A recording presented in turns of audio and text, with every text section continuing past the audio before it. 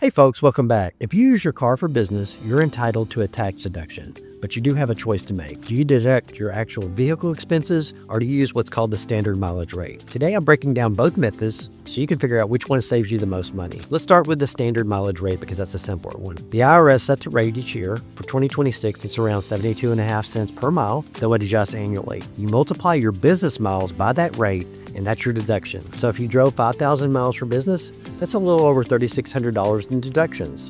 Easy math, minimal record keeping. The actual expense method is more involved. You add up all your vehicle costs for the year. That can include gas, insurance, repairs, maintenance, registration, lease payments, or even depreciation if you own the car, and then multiply by the percentage of miles that were for business. So if your total vehicle expenses were $10,000 and 60% of your driving was for business, you deduct $6,000. So which method is better? Well, it depends on your situation. The standard mileage rate tends to favor people who drive a lot of business miles in a fuel-efficient or lower-cost vehicle. The actual expense method often wins if you have a more expensive car with higher operating costs, or if you don't drive as many total miles. But here's the catch. Once you start using the actual expense method on a car you own, you generally can't switch to the standard mileage rate for that vehicle later. So choose wisely in year one. Regardless of which method you use, you need to keep a mileage log. Record the date, destination, business purpose, and miles driven for every business trip.